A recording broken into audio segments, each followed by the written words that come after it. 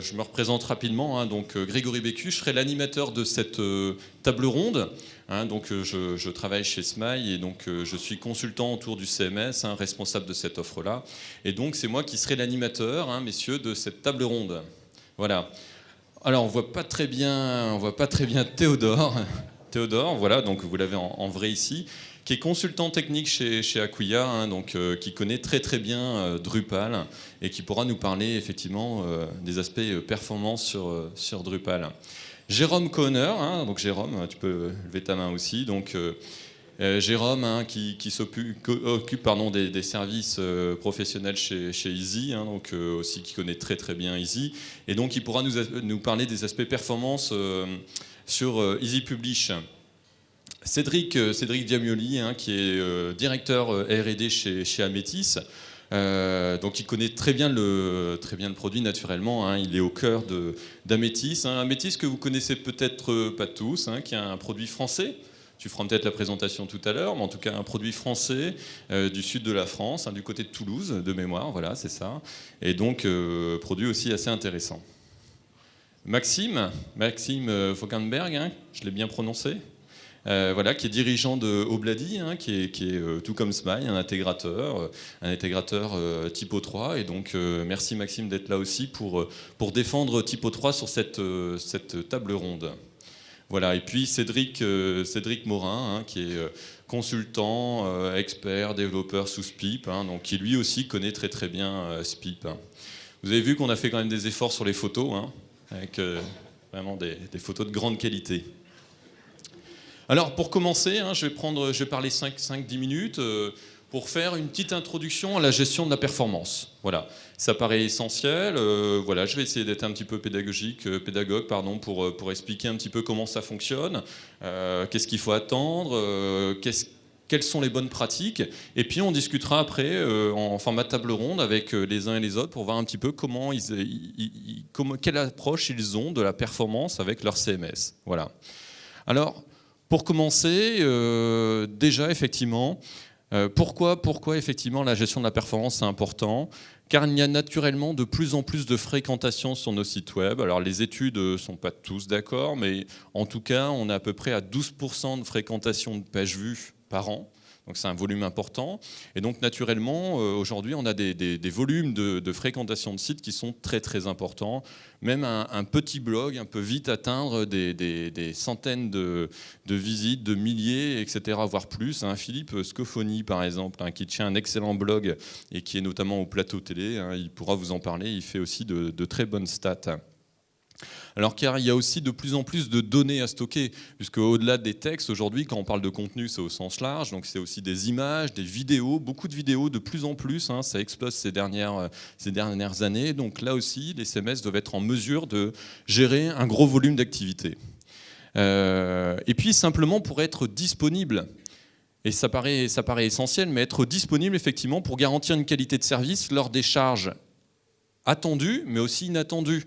Alors, attendu, par exemple ici, record d'audience pour lesoir.be, lors de l'élection présidentielle, tous les Français, naturellement, qui ont respecté, vous savez quoi, et donc qui ont été se connecter, effectivement, au soir.be vers 17, 18, 19 heures, pour voir l'actualité belge.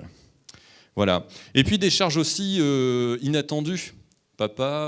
Maman, papa est passé à la télé. Et donc là, par exemple, le cas d'un client, effectivement, pour ne pas citer, il ne savait pas, et puis un reportage dans Capital. Et puis alors, bam, au niveau des fréquentations, vous voyez le pic colossal, je ne sais pas à combien on doit être à x10, mais ça, c'est des pics de charge vraiment inattendus. Et il faut être en mesure aussi d'y faire face. Et puis, car le temps, c'est de l'argent. Alors, bon, on ne va pas insister sur cette remarque, mais il n'empêche qu'il y a un certain nombre d'études. Une des très connues, Amazon, par exemple. Amazon, vous connaissez tous Amazon. Et ils ont fait une étude en 2006, c'était une des premières, qui disait que quand ils perdaient 100 millisecondes à l'affichage, c'est-à-dire quand la page elle mettait 100 millisecondes de plus, ils perdaient 1% de chiffre d'affaires, 1% de vente. Et puis, plus récemment, en 2011, par exemple, il y a une étude d'Alertsite, par exemple, qui a fait des tests d'optimisation sur un site existant. et qui a réussi à descendre le temps de chargement de la page de moyenne de 2 secondes et qui a vu un panier moyen qui s'est envolé à plus de 74%. Donc là, on parle de l'aspect e-commerce. Nous, on va parler de l'aspect CMS, e-commerce, au sens large, en tout cas, des sites web. Mais vous voyez que là aussi, même sur cette dimension-là, c'est une thématique qui est aussi importante.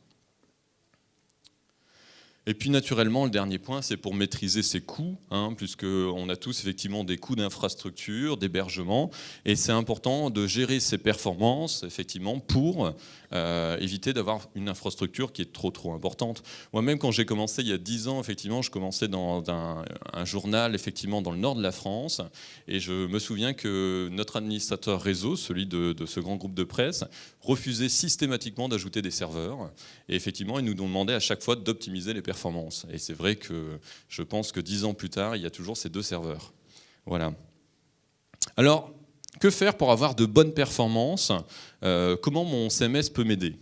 Alors, ce qu'il faut déjà préciser, on ne le voit pas bien sur l'écran parce qu'il y a des fauteuils. En fait, ici, on est le mode connecté et le mode déconnecté. Alors, c'est 2 approches différentes qu'il faut, voilà, c'est un petit peu une présentation, c'est-à-dire que quand on est effectivement sur un site web mais qu'on n'est pas connecté, voilà, ici par exemple déconnecté, le CMS va fournir grosso modo la même page à tout le monde. Peu importe effectivement l'internaute, pour lui c'est beaucoup moins de charge.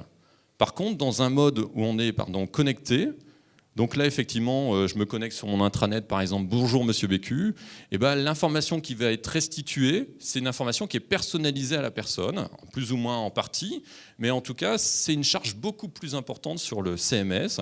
C'est une difficulté qu'on rencontre sur un certain nombre de projets, donc ça sera intéressant d'évoquer ce point-là également. Alors, il y a aussi un certain nombre de bonnes pratiques. Il y a des bonnes pratiques côté back-office, c'est-à-dire côté outils, CMS, et puis aussi côté front-office. Alors, côté back-office, j'en liste certaines. Par exemple, le plus connu, c'est ce qu'on appelle le cache. Alors, ceux qui ne sont pas d'informatique ne connaissent pas forcément le terme, mais le principe de cache, c'est quoi ? Le principe, c'est de calculer une page et la stocker, c'est-à-dire stocker son résultat pour la ressortir à quelqu'un qui va demander la même page. Donc si vous entendez plusieurs fois dans cette conférence parler de cache, mettre en cache, cacher, ça veut dire effectivement, vous avez compris, calculer la page, la stocker pour la restituer juste après. C'est mis en œuvre dans tous les CMS. Messieurs, il n'y a pas un CMS qui ne met pas aujourd'hui de stratégie de cache. Par contre, il y a différents niveaux de cache. Ça peut être très complexe. Et une des questions qu'on évoquera aussi sur cette conférence, c'est la problématique d'invalidation de ce qu'on appelle de TTL, c'est-à-dire la durée de vie de ce cache. Quand par exemple on travaille avec des grands médias, des journalistes, ils n'acceptent pas par exemple que quand ils publient un article qui est super intéressant, qui est qui est vraiment une actualité chaude, c'est impossible d'imaginer que le cache va se vider dans 1 heure, dans 3/4 d'heure, dans 10 minutes. Il faut que ça soit très actif. Donc la notion d'invalidation de cache, c'est un point qu'on verra aussi lors de cette table ronde. Ensuite, on parlera peut-être de reverse proxy, de CDN. Alors en fait, c'est quoi ? Des reverse proxy, c'est une couche, à infrastructure qu'on va mettre au-dessus des CMS et qui va fonctionner un peu comme le principe de cache, c'est-à-dire qu'il va enregistrer les pages qui sont servies par le CMS pour les restituer à l'internaute, ce qui va permettre d'optimiser encore les performances. Et donc ça, ce principe d'interfaçage avec les reverse proxy, c'est aussi quelque chose d'assez intéressant. Certains s'interfacent aussi avec ce qu'on appelle des CDN. Un qui est très connu, c'est par exemple Akamai. Et ça aussi, pour des sites à l'international, c'est assez intéressant aussi. Même problématique d'invalidation de cache. On verra effectivement s'il y a un certain nombre de CMS qui sont liés plus ou moins fort avec des reverse proxy. Alors on parlera aussi de stockage des données, parce qu'effectivement, la plupart des CMS stockent leurs données dans des bases de données, mais aussi certains dans des JCR, dans des systèmes de fichiers. Maintenant, peut-être, on voit aussi apparaître des CMS qui creusent la piste du NoSQL. NoSQL, donc, c'est une nouvelle forme de base de données. C'est une base de données qui n'est plus relationnelle, mais qui offre des temps de réponse et des performances qui sont très intéressantes.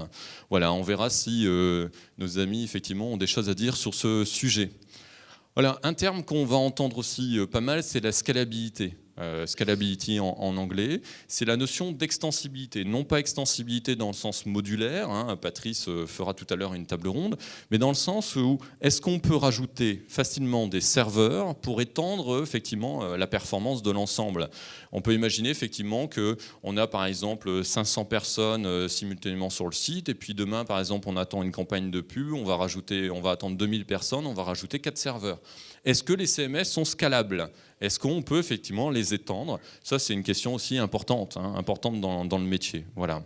Est-ce qu'on peut séparer le front office et le back office, hein ? Je sais qu'à Métis, par exemple, vous le faites très bien. Voilà. Et puis il y a aussi côté front office. Alors on en parlait un petit peu moins ces dernières années, mais là c'est vraiment quelque chose devenu de très important. Alors quelques graphiques. Smile édite un service qui s'appelle WooZweb, hein, qui est un service gratuit d'audit de sites et de performance. Et on a un certain nombre de statistiques. Et donc vous voyez le premier par exemple, c'est la répartition des ressources par rapport au temps total de téléchargement. Vous voyez qu'on a les ressources, c'est les sites qu'on audite. Vous voyez quand même qu'il y a un certain nombre de sites, voilà, par exemple ici, qui mettent plus de 4 secondes, entre 4 et 6 secondes. Vous en avez vraiment, quand même ici, ça représente encore 10, 20, 30% quand même, qui mettent plus de 4 secondes. Et 4 secondes, c'est très long. Hein. Les gens, aujourd'hui, veulent que ça soit très réactif et ne sont pas prêts à attendre des durées si longues. Donc la notion, effectivement, d'optimisation, elle peut se faire aussi au niveau de front office, c'est-à-dire en optimisant les CSS, le poids des images. Enfin, il y a un certain nombre de techniques et je pense que nos partenaires pourront aussi l'évoquer. La courbe du bas est aussi assez intéressante. Alors, vous ne voyez pas le bas, hein, j'en suis désolé, on va essayer de régler ça tout à l'heure à la pause. Mais c'est une courbe en fait entre mai 2010 ici et puis mai 2012. En 2 ans, le poids moyen des pages qu'on audite, alors c'est je crois 10 ou 20 000 sites hein, qui sont édités par WooZweb, et ben on est passé de 4 secondes à 5 secondes. Donc les sites, effectivement, aujourd'hui, je pense qu'il y a beaucoup de gens qui se sont laissés aller, c'est de la DSL, donc aujourd'hui ça va très vite, les sites sont plus lourds, sont plus riches, et pourtant on a gagné quand même une seconde de chargement en plus en moyenne sur l'ensemble des sites qu'on audite, c'est beaucoup. Et surtout à l'heure de la mobilité. Aujourd'hui, on se retrouve avec nos téléphones en 3G, etc. Et forcément, on n'a pas la même capacité que la DSL. Et donc là, on se retrouve sur les mêmes problématiques qu'on a connues il y a très longtemps avec nos vieux modems 33K, 56K. Je vois que certains sourient, donc c'est pas inconnu pour tout le monde. Voilà pour cette introduction. Côté front office. Donc, possibilité effectivement d'optimiser un certain nombre de choses. Vous verrez qu'on a la possibilité aujourd'hui, par exemple, de regrouper l'ensemble des images en un seul fichier, les images de template, par exemple, pour optimiser. On peut effectivement compresser les pages. Voilà, il y a un certain nombre de choses à faire, de diminuer le nombre de requêtes qu'une page génère. Ça, c'est un point aussi qu'on abordera. Voilà. Place au débat. Messieurs, vous êtes prêts ? Donc à vos micros. Donc on va commencer par une présentation, 3 minutes à peu près chacun de présentation de qui ils sont naturellement, mais aussi de ce qu'ils proposent en termes de CMS, ce que propose leur CMS en termes de performance. Voilà. On va commencer par Cédric. Bonjour. Bon alors je change de micro. La règle va être un peu plus compliquée, parce que je crois qu'il en manquait déjà un. Mais... Alors, je suis venu vous parler de SPIP. SPIP, on a toujours un peu une place un peu particulière et spécifique liée à l'historique du projet qui est très ancré dans le monde militant. Et c'est vrai que l'aspect performance, c'est quelque chose qui est intrinsèque au projet depuis toujours, essentiellement pour la contrainte des ressources. SPIP, au départ, c'est un outil qui vise à permettre à un certain nombre d'acteurs, militants, associatifs de garder leur indépendance vis-à-vis des prestataires techniques. Et dans l'ensemble de ces prestataires techniques, il y a toujours la composante hébergement qui est importante. Et on sait tous que dans le milieu associatif, les moyens sont toujours contraints. Et ça, c'est une contrainte qui infléchit et qui sous-tend le développement du projet depuis le début. Et donc, c'est vrai que dans ce cadre-là, l'aspect performance a toujours été important. Donc c'est vrai que tu as parlé d'un certain nombre de techniques comme l'aspect cache. Donc ça, c'est vrai que ce sont des techniques technologies qui sont directement intégrées dans le noyau de SPIP, avec une particularité de SPIP qui est son langage de squelette, qui permet d'avoir un niveau supplémentaire puisque les requêtes SQL sont également compilées. Donc il y a un certain nombre d'optimisations qui se passent à ce niveau-là. Et donc on a un niveau de cache qui intègre également les données issues de la base de données. Donc, dans l'expérience qu'on a de l'utilisation des projets qui utilisent PIP, l'aspect gestionnaire de base de données est très rarement critique en fait en termes de gestion de la tenue à la charge vis-à-vis des projets et de performance côté serveur. Aujourd'hui, en termes de tenue à la charge vis-à-vis des projets à gros trafic, c'est vrai que la tendance elle est quand même beaucoup plus sur l'utilisation, je pense, des reverse proxy, des CDN, plutôt que de l'augmentation du nombre de serveurs. Je crois qu'il y a eu effectivement je pense que c'est un peu vrai dans tous les projets, il y a eu une époque où on avait tendance à multiplier de façon importante le nombre de serveurs sur les projets. Je crois que c'est quelque chose duquel on est revenu et on s'oriente plutôt vers des architectures assez simples côté hébergement, avec par contre épaulé sur soit des reverse proxy tels que Varnish, qui est pas mal utilisé. Donc dans le cadre de SPIP, il y a effectivement la possibilité de connecter Varnish avec un plugin qui est disponible. Il y a un des utilisateurs et contributeurs historiques de SPIP, qui est donc le monde diplomatique, qui utilise Varnish pour son propre site. Donc il n'y a pas de difficulté particulière de ce côté-là. Et par contre, ce qui est vrai, ce qui a beaucoup émergé depuis 2 ans, c'est la notion de web performance. Donc ce que tu as noté comme performance côté front. Donc là où il s'agit plutôt de réduire le temps d'attente de l'utilisateur vis-à-vis des pages, puisque l'expérience montre que ce qui se passe côté serveur, en fait, la fabrication de la page, ça représente un temps très court du temps total d'attente de l'utilisateur. En général, c'est de l'ordre de 10% maximum, je crois, les ordres de grandeur. Et ce qui se passe, ce temps d'attente des utilisateurs qui est très mal perçu, enfin qui est ressenti comme une expérience négative, il est essentiellement lié à l'ensemble des composants qui sont intégrés sur la page. Donc évidemment les images, mais de plus en plus les vidéos, les cartographies, les JavaScript, les publicités, quand on a de la publicité sur les sites. Et c'est vrai que une grosse partie aujourd'hui de la bataille pour améliorer l'expérience utilisateur, elle va être plutôt sur cette partie web performance. Et là, de la même façon, dans SPIP, en fait, on a intégré un certain nombre d'outils natifs, comme un compresseur de CSS, un compresseur de JavaScript. On a des outils de filtre d'image qui sont intégrés aussi, qui permettent automatiquement de réduire la taille et d'optimiser la taille des images qui vont être envoyées à l'utilisateur. Et c'est vrai qu'il y a toujours ce souci d'essayer de démocratiser les technologies et de les rendre le plus facilement, enfin d'arriver plutôt que d'être capable d'avoir un très haut niveau d'expertise et un très bon niveau sur quelques sites sur lesquels les experts vont s'être penchés et vont travailler. Toujours ce souci de penser à élever le niveau minimum de l'ensemble du parc en fait et de l'ensemble des utilisateurs. Merci. Théodore, si ton micro fonctionne. Je ne sais pas. Oui. Il marche. Donc si tu peux aussi nous présenter du point de vue Acquia, du point de vue de Drupal, effectivement, la gestion de la performance. Alors là, je précise, on fait un tour de table, on discute un petit peu, et puis après, à la fin, vous aurez la possibilité de poser aussi des questions à nos intervenants. Donc Théodore. Oui, alors au niveau de Drupal, en fait, il y a... Enfin, pour la version 6 de Drupal qui a maintenant 2-3 ans, il y a eu beaucoup de remarques sur le fait que Drupal c'est lent. Donc pour la version 6, c'est vrai que c'est lent, c'était dur de le faire marcher bien quand il y avait beaucoup de trafic. Et en fait, c'était un problème d'architecture au niveau du CMS qui empêchait l'utilisation de choses comme Varnish et qui faisait qu'on ne pouvait pas cacher Drupal. Donc ça, il y a une société parce qu'il y a un truc très important dans Drupal, c'est la communauté. Et on a une grosse communauté de développeurs. Et certains se sont dit qu'il faut régler ça. Donc ils ont changé le code de Drupal pour le faire marcher comme il faut sur Varnish et ce genre de services qui font qu'on peut servir beaucoup de pages à beaucoup de clients. Et ils ont mis ça à disposition de la communauté.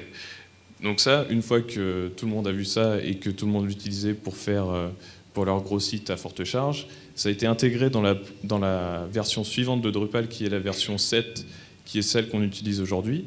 Et donc par défaut, maintenant, Drupal peut monter en charge facilement, parce qu'on peut utiliser tous les outils qui sont disponibles pour optimiser les performances. Donc en fait, ça veut dire que avec Drupal, il n'y a plus ces problèmes de performance. Comme on a beaucoup de modules, c'est possible aussi de rajouter plein de choses à Drupal pour faire beaucoup de fonctionnalités, mais c'est un peu comme Firefox. Firefox, par défaut, il est suffisamment rapide, mais si on ajoute plein de trucs, il va être très lent. Et donc Drupal, c'est la même chose qui se passe. Il y a beaucoup de modules et... Ça fera partie des questions, je pense, qu'on va poser tout à l'heure. Hein. Et juste pour continuer la présentation, toi-même, tu es un acteur engagé par rapport à Drupal, puisque tu travailles notamment sur Drupal 8. Oui, voilà.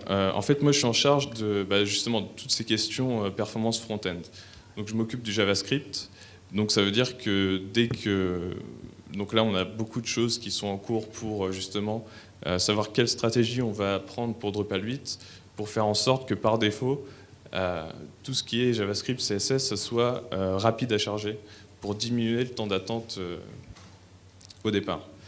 Alors, on m'a demandé de donner un petit peu de chiffres au niveau de la montée en charge de Drupal. Donc, qu'est-ce qu'il faut pour servir combien de personnes ? Donc, c'est des chiffres, c'est brut en fait. C'est pas le nombre de visiteurs uniques, c'est le nombre de requêtes sur le serveur. Donc, ça veut dire que c'est toutes les requêtes qui ont été nécessaires pour que les pages soient servies aux clients. Donc, on a les Brit Awards. Donc, c'est Brit. Un gros site, quoi. Ouais.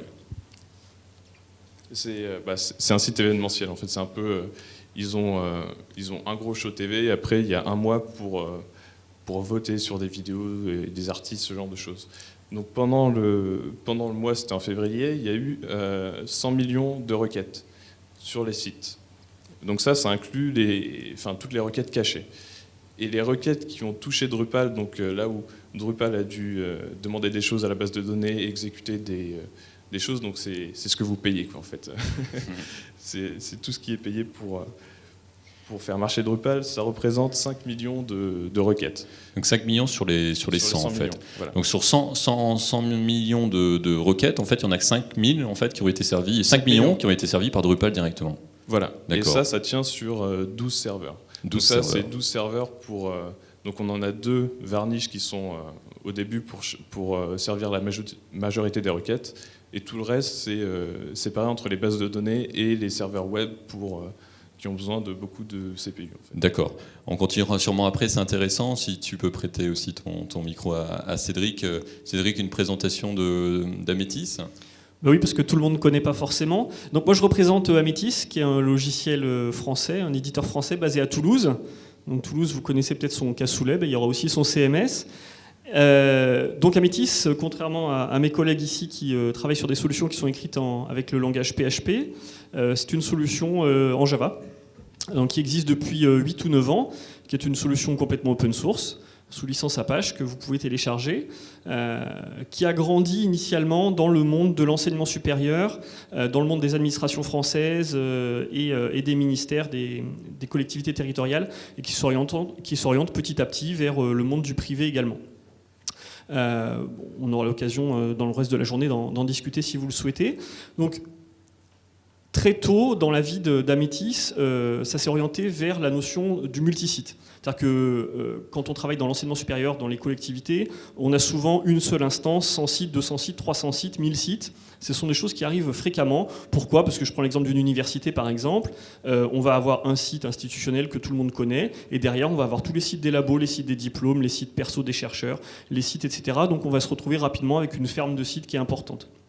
Donc très tôt dans la vie d'Amétis, on était amené à se préoccuper de ce genre de choses, ce qui fait qu'aujourd'hui, finalement, c'est pas tant un problème de pic de charge, c'est un problème de volumétrie qu'on rencontre. Et ça, c'est important parce que, par exemple, je donne le cas de notre plus gros déploiement, qui est un site pour les laboratoires pharmaceutiques Merck, où on a une instance qui va héberger 15 000 sites.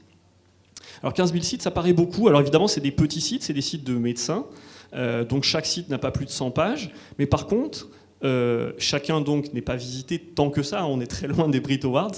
Mais par contre, quand on multiplie par 15 000, chaque petit pic de charge connaît des problématiques de volumétrie. Donc nous, on rencontre ce genre de choses. Donc comment on y a répondu ? On est là pour parler de ça. Comment on y a répondu ? On y a répondu de plusieurs choses. Donc il y a ce qu'évoquait Grégory sur l'optimisation de chargement statique des CSS, des JavaScript, etc., qui sont des choses assez communes. Et on y a répondu aussi par une architecture un petit peu particulière, dans ce sens où on a séparé physiquement front office et back office, ce qui n'est pas forcément fait dans tous les CMS. Alors les séparer physiquement, pourquoi ? Parce qu'on s'est rendu compte que le besoin en ressources, que ce soit matériel, logiciel, etc., n'était pas du tout le même suivant si on était côté back-office, côté front-office. Un front-office, on a besoin d'aller très très vite, de servir des pages très très rapidement. Si elles sont statiques, c'est encore mieux, on parlera du cache après. Donc le front-office est une machine qui doit aller vite, qui n'a pas besoin de beaucoup de mémoire, mais qui a besoin d'aller vite. Le back-office, à l'inverse, surtout avec les technos Java, est une machine qui a besoin de ressources, qui a besoin de beaucoup de mémoire vive. Le CPU, c'est pas tant important que ça consomme beaucoup de mémoire. Donc des architectures physiques et logicielles très différentes, donc tout simplement des serveurs différents. Et avec ça, on résout énormément de problèmes. On résout le problème de la scalabilité, et on peut résoudre, donc à travers du clustering, et on peut résoudre des problèmes de mise en cache, etc. On y reviendra peut-être. Oui, parce que le temps passe vite, mais en tout cas Voilà. c'est intéressant parce que c'est un point de vue différent, justement moins performant sur les pics, mais plutôt sur les volumes, et puis une architecture découpée, front office, back office. Maxime, donc toi tu Bonjour. représentes Typo 3. Typo 3, en termes de performance, un bon CMS. Oui, après, tout dépend ce qu'on en fait, hein, c'est comme tous les outils. Donc Typo 3 est un peu le CMS historique Vespip, parce que typiquement ce sont des CMS qui datent un peu du siècle dernier, mais qui ont su vivre jusqu'ici. Donc dans Typo, on en parlera un petit peu ensuite. Là je vais parler essentiellement des versions actuelles de Typo, qui est en gros la branche 4, 4.5. On a un système de cache en base de données, classiquement. L'utilisateur visite une page, c'est un contenu classique sans personnalisation. On va ranger la sortie HTML en table. Jusqu'ici, tout se passe bien. Là où Typo a pu rencontrer, où là, on a cherché à optimiser, où la communauté a cherché à optimiser les sorties, c'est typiquement, c'est ce qui est très à la mode aujourd'hui, c'est un peu le buzzword du web 2.0. On veut personnaliser les contenus. Donc c'est un peu difficile quand on a en haut de la page « Bonjour Madame Michu » d'aller mettre ça en cache parce qu'on n'a pas que des Madame Michu qui se connectent. Le cas d'un intranet, par exemple. Le cas d'un intranet ou d'un grand site public, parce que Typo 3 étant un outil plutôt orienté portail ou gros sites, typiquement ce sont les médias, des sites de presse ou des grosses fédés sportives qui s'en sont emparés. Et avec l'évolution des modes de communication, on a voulu effectivement personnaliser le contenu. Donc là, assez tôt dans Typo, on a eu un système de cache mixte, un cache qu'on dirait statique, ce qui est un peu paradoxal dans un CMS, mais quand on parle de page statique, c'est une page éditoriale qui va bouger toutes les 24 ou 12 heures, qui a un contenu relativement pérenne, d'un cache qu'on dit user int, personnalisé à l'utilisateur, où on va séparer effectivement un contenu qu'on considère comme pérenne, un article, et un aspect dynamique, une boîte de connexion, un message, une rotation de fil Twitter ou autre, qu'on va lui rafraîchir beaucoup plus souvent et recalculer à chaque fois. Donc côté Typo, on a effectivement ces deux niveaux de cache, qui ne sont pas forcément toujours très bien compris des développeurs, ce qui a pu causer à un moment une mauvaise réputation de Typo sur ce genre d'outils. Parce que typiquement, quand le développeur n'a pas envie de s'embêter à gérer ces deux niveaux de cache, il dit personne ne va en cache. Et là, c'est vraiment une catastrophe. Ouais. Voilà. Donc là, on est plus sur une question pédagogique. Après, il y a les vrais problèmes de traitement de la charge. Donc là, je ne vais pas être très différent de mes petits camarades. Ça va être des solutions typiquement de reverse proxy, d'ajaxification. Alors ça, on a beaucoup aussi mis en place. On va en parler des peut-être solutions, après, oui. voilà, de dialogue sans rechargement. Et on verra ensuite, effectivement, dans l'évolution des produits, comment on a élargi ce système de cache pour répondre vraiment à des problématiques de charge. D'accord. On va terminer ce tour de table par Jérôme. Bonjour, merci. Donc je représente Easy Systems, c'est l'éditeur de la solution Easy Publish. Donc qui dit éditeur dit équipe derrière, équipe de R&D qui travaille, mais aussi un produit open source, donc aussi une communauté, les deux. Et ça, c'est très important pour nous, puisque la communauté, ce qu'elle attend avant tout, et ce sur quoi elle va travailler, c'est l'innovation.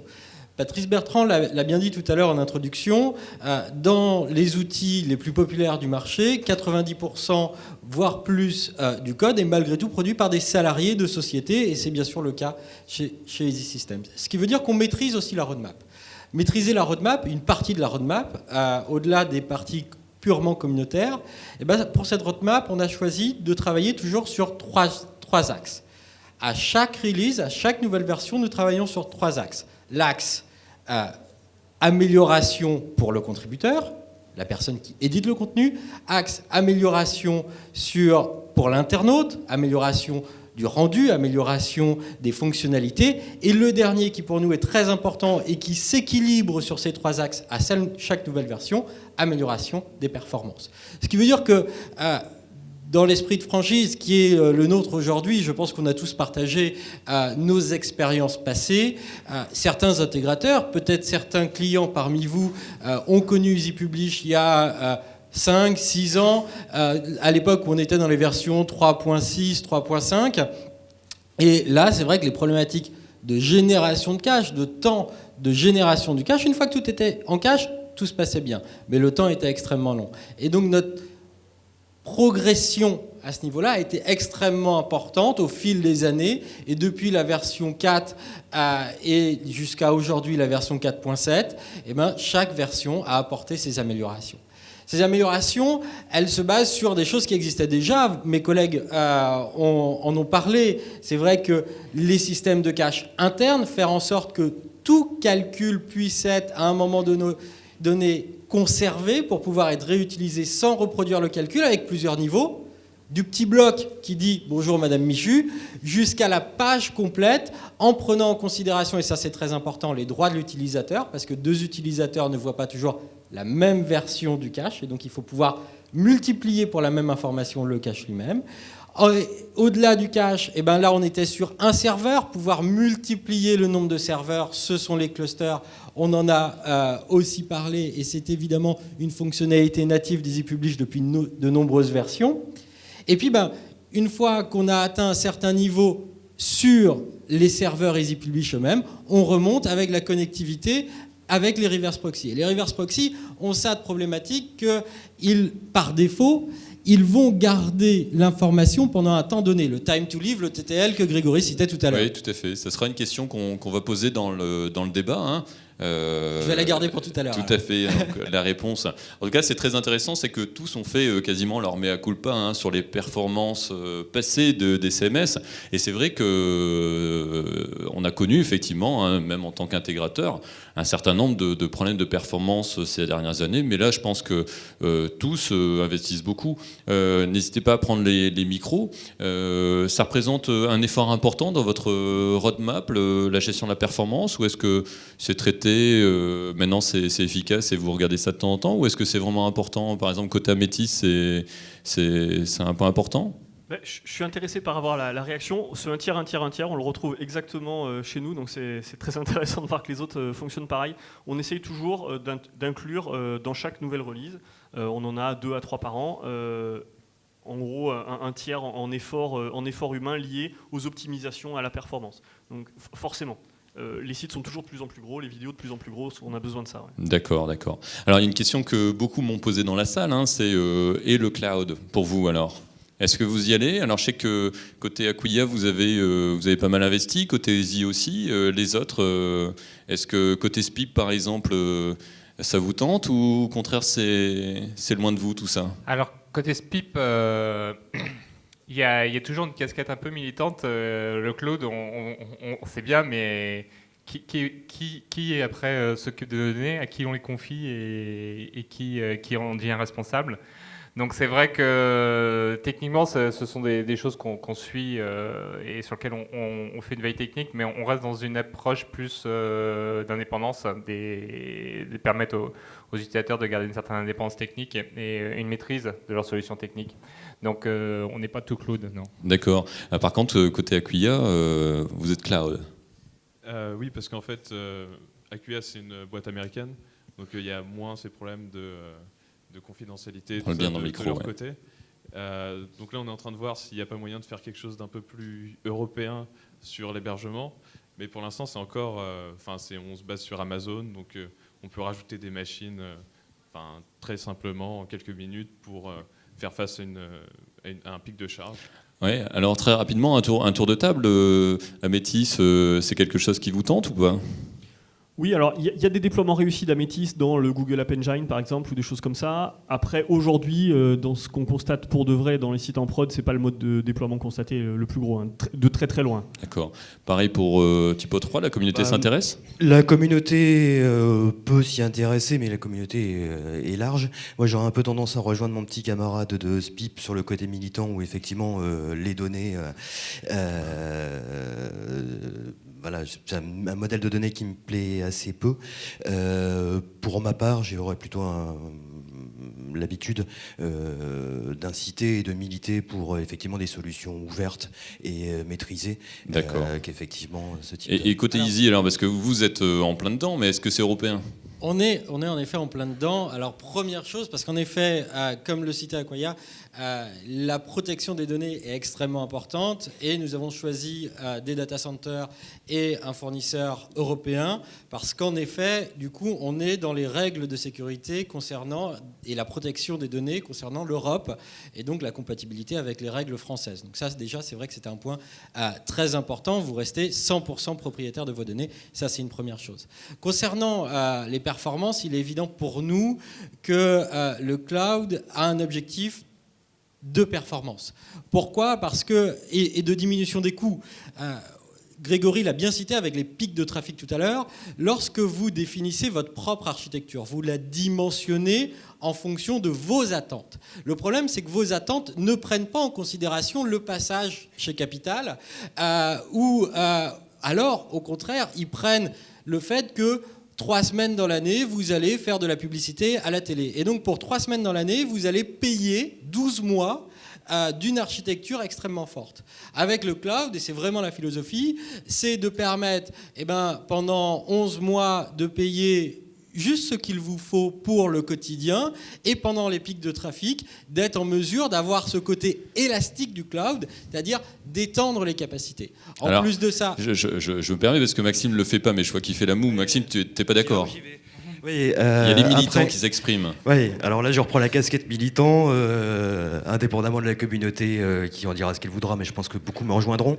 Il existe des solutions de virtualisation qui permettent effectivement de faire évoluer une architecture dans le temps, indépendamment du buzzword qui est cloud, parce qu'il faudra aussi m'expliquer ce que ça veut dire en vrai, techniquement.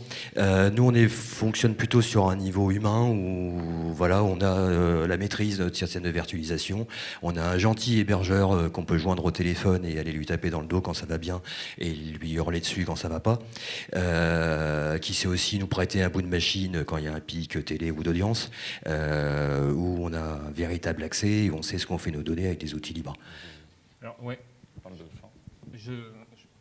Avec le micro qui marche, c'est mieux. Oui, je rebondis sur ce que dit Maxime. C'est vrai que le cloud, il y a un effet marketing et mode très important. Moi, je sais qu'on s'est posé très sérieusement la question dans le cadre d'une solution d'hébergement qu'on met en œuvre autour de Spip, où on se posait les problèmes des montées en charge. Donc le cloud a cet aspect très intéressant d'élasticité des capacités. En revanche, en termes de performance, je crois qu'il faut être honnête, on sera toujours moins performant qu'une machine physique avec un disque dur interne et des ressources proches, puisque par construction, le cloud, on a quand même des protocoles qui sont plus lents sur les communications entre les différentes composantes de l'hébergement. Et sur l'aspect élasticité, je crois que les solutions du type reverse proxy et CDN dont on a parlé permettent de faire des choses très intéressantes. Donc, d'accord. Au-delà de l'effet mode cloud, attention quand même.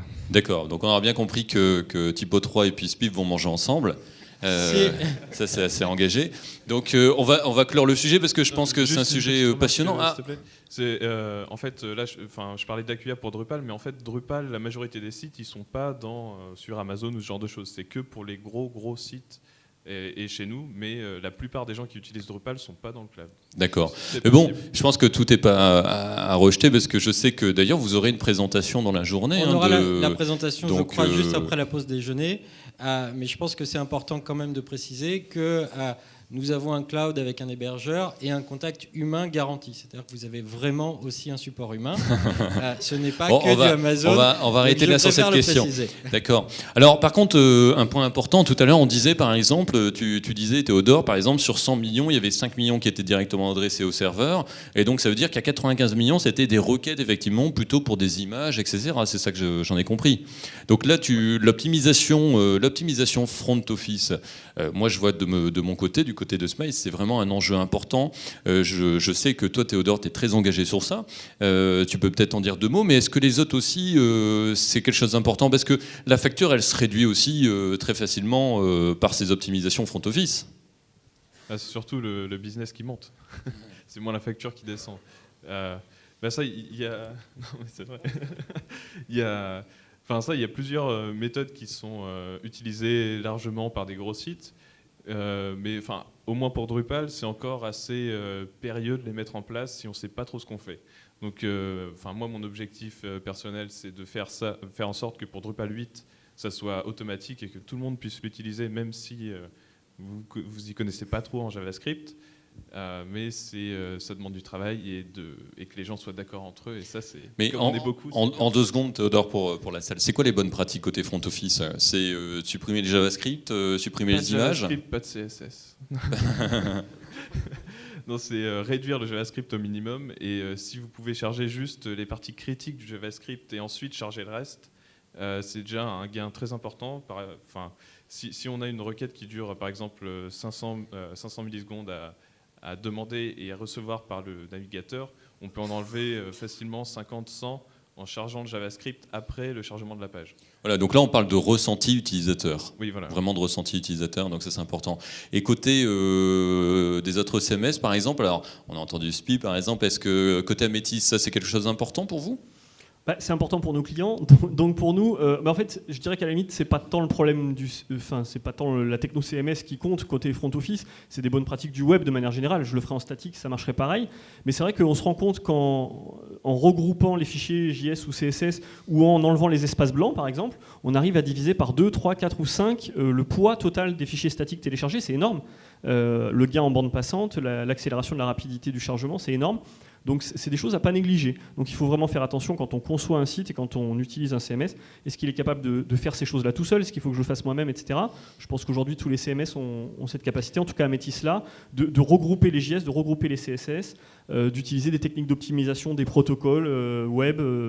D'accord. Voilà. D'accord. Le temps tourne vite. On va peut-être une dernière question avant de proposer au public effectivement de poser ces questions. On parlait d'invalidation de cache, donc mise en cache, etc. Mais alors la problématique d'invalidation, je publie une actualité, mais mon actualité elle doit être dépubliée sur ma page d'accueil, mais aussi sur les pages intérieures. Je mets des reverse proxy, c'est encore une couche supplémentaire. Comment faire en sorte que le cache soit invalidé au niveau du reverse proxy? Côté Easy, vous avez des solutions pour ça? Oui, tout à fait. Et je crois que c'est ce qu'on disait tout à l'heure avec les TTL, les time to live, donc le temps de conservation, il n'est foncièrement vis-à-vis du client final ou vis-à-vis de l'internaute jamais bon. Si on le définit à 2 minutes, il est trop court par rapport à la mise à jour de l'information. Si on le définit à 2 heures, ça veut dire que si on a écrit une coquille, si on a fait une coquille dans notre article, elle va rester pendant 2 heures. L'objectif côté Easy, c'est de faire en sorte, déjà, premier niveau de cache qui était interne à Easy Publish, faire en sorte de l'invalider au moment et uniquement au moment de la modification de l'information, quel que soit l'endroit où elle a été positionnée dans le site web, donc aux plusieurs endroits, avec toutes ses dépendances. Et deuxième niveau, parce qu'on a parlé, et c'est là où c'est encore plus critique aujourd'hui, des reverse proxy ou des CDN, faire en sorte qu'au moment, de la même manière qu'au moment où je modifie l'information, je vais prévenir, je vais notifier le reverse proxy que cette information, cette page bien particulière, doit être supprimée de la mémoire pour être demandée la fois d'après. Et ça, il y a un lien donc qui est fait avec le reverse proxy. Il y a un lien qui est fait tout à fait avec le reverse proxy. C'est possible aussi avec un CDN?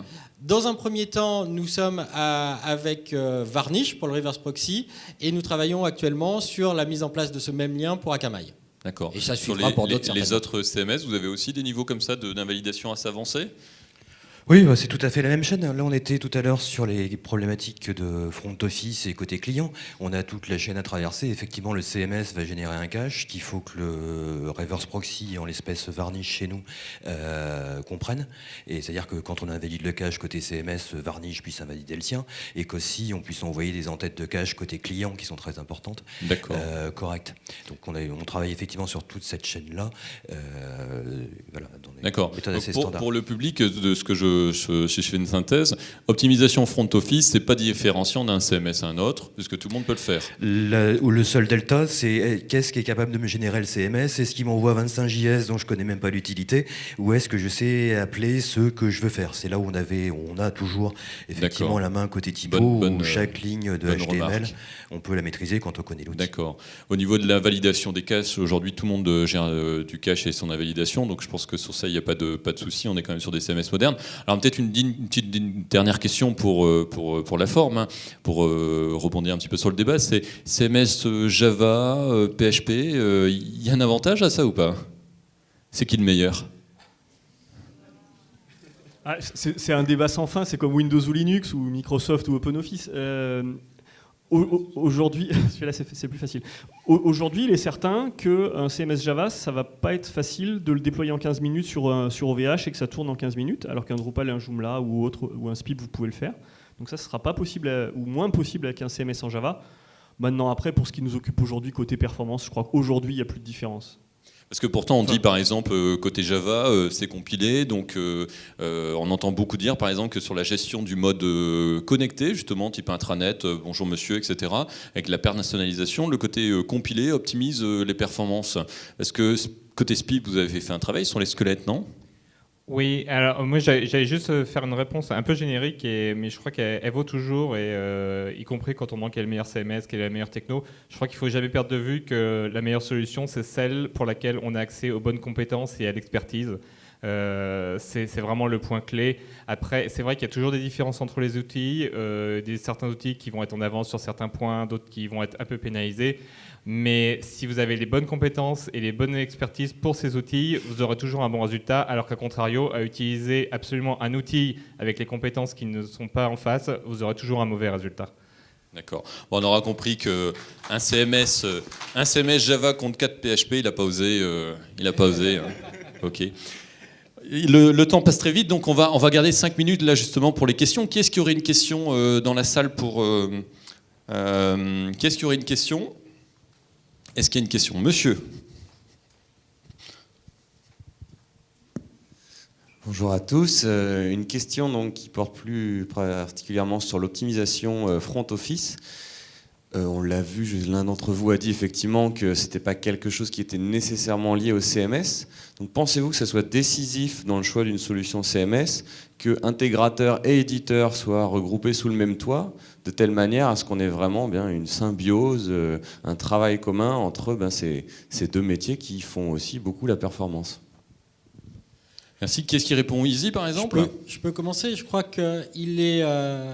on est d'accord sur le fait que cette optimisation va être en très grande partie sous la responsabilité de l'intégrateur. L'intégrateur, c'est lui qui au final va écrire ses JavaScript, ou une bonne partie, même si le CMS doit en fournir des bons et des optimisés aussi au départ.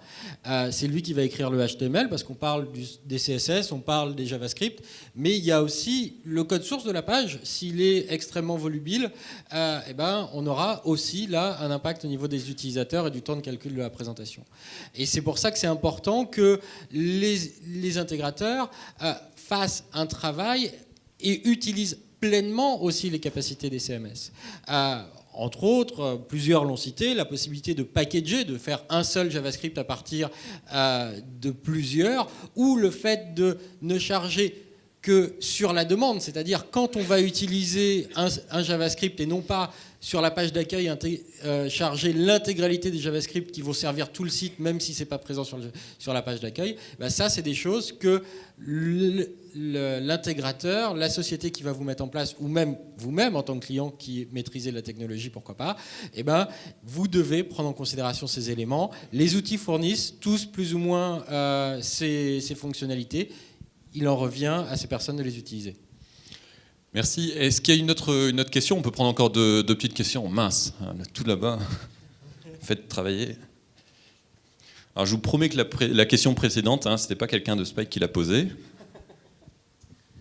Bonjour. Ma question revient un peu sur ce que vient de dire la personne qui évangélise SPIP à propos de la disponibilité de l'expertise.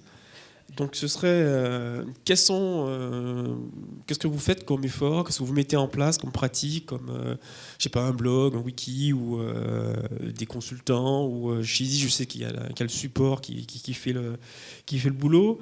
Qu'est-ce que vous mettez en place pour rendre visible justement au niveau de chacun de vos outils les composants, les configurations, la documentation disponible pour qu'on puisse mettre en place l'optimisation? Alors, je crois que la question s'adresse à tout le monde, ça, quand même. Parce que la vraie question, c'est qu'il y a des CMS d'éditeurs, il y a des CMS de communauté. Comment on fait pour trouver les bonnes pratiques sur un CMS comme SPIP? Alors, la démarche dans SPIP, ça va quand même être avant tout d'essayer d'introduire un maximum de bonnes pratiques automatisées. Donc c'est vrai que c'est un sujet sur lequel moi qui me tient particulièrement à cœur, c'est l'automatisation des performances, parce qu'on s'adresse effectivement à un public qui n'a pas forcément l'expertise. Maintenant, je vais être très prudent. Il y a des bonnes pratiques qui sont relativement diffusées en général. Par contre, leur application est souvent quand même assez délicate et demande une expertise qui les rend difficilement applicables directement par quelqu'un qui ne va pas avoir un peu de retour d'expérience. Je pense à une bonne pratique, par exemple, toute simple, qui est de bon sens et qu'on entend très souvent, comme mettre tous les JavaScript dans le pied de la page, et qui pourtant va très mal s'appliquer dans le cadre d'un CMS qui est dans un contexte un peu particulier, où la page elle est composée par le CMS et par un certain nombre de plugins qui apportent des éléments en cœur de page. Et par exemple, c'est une bonne pratique qui est vraie, qui n'est pas discutable, mais qui ne s'applique pas si facilement que ça et qui nécessite une certaine expertise. Donc c'est vrai que je pense que sur l'aspect performance, on est un peu difficile. Il y a tout ce qu'on va pouvoir automatiser et qui du coup va être à la portée de tout le monde. Et puis après, il y a le reste qui demande une certaine expertise et qui est difficile à mettre en œuvre sans cette expertise-là. Très bien. Voilà. Est-ce qu'il y a une dernière question? Et puis sinon, on va clôturer là. Monsieur, vous serez le dernier à passer. Oui, bonjour. J'ai une petite question en introduction. Vous nous avez parlé d'optimisation autour de la vidéo, des images. Et à votre avis, quelles sont les bonnes pratiques? Puisque j'ai connaissance d'un certain nombre de difficultés au moment de campagne de publicité, par exemple. Et donc, est-ce que vous avez un petit peu un retour ou une expérience à nous faire partager? Là, par exemple, côté Typo 3, parce que là, au final, c'est une question qui va dépasser le CMS. Le CMS, est-ce que lui, il a un rôle à jouer dans cette diffusion de vidéos, d'images? Typiquement, non, pas grand-chose. On a beaucoup parlé de reverse proxy, j'y vais un peu brutalement, mais bon.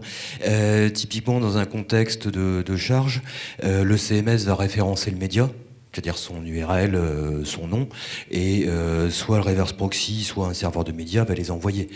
Typiquement, dans des architectures un peu chargées comme ça, le fait de diffuser une vidéo doit même pas toucher le CMS. Alors je ne sais plus qui parlait des même 5% de requêtes. Dans les 95 autres, typiquement, ce sont les médias ou des pages mises en cache qui n'atteignent même pas le CMS. Surtout sur le site en question, ouais.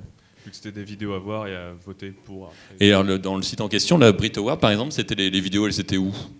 J'avoue que je sais pas. D'accord. Je pense que c'est un service externe, c'était pas chez nous. D'accord, parce qu'en général, on est d'accord pour dire que les vidéos, quand il y a un petit peu de vidéos de temps en temps, on peut le stocker sur le CMS, mais sinon, la plupart du temps, on passe par des services professionnels en dehors du CMS. Voilà, merci beaucoup, merci aux partenaires, merci de leur présence. Vous pouvez les applaudir, voilà.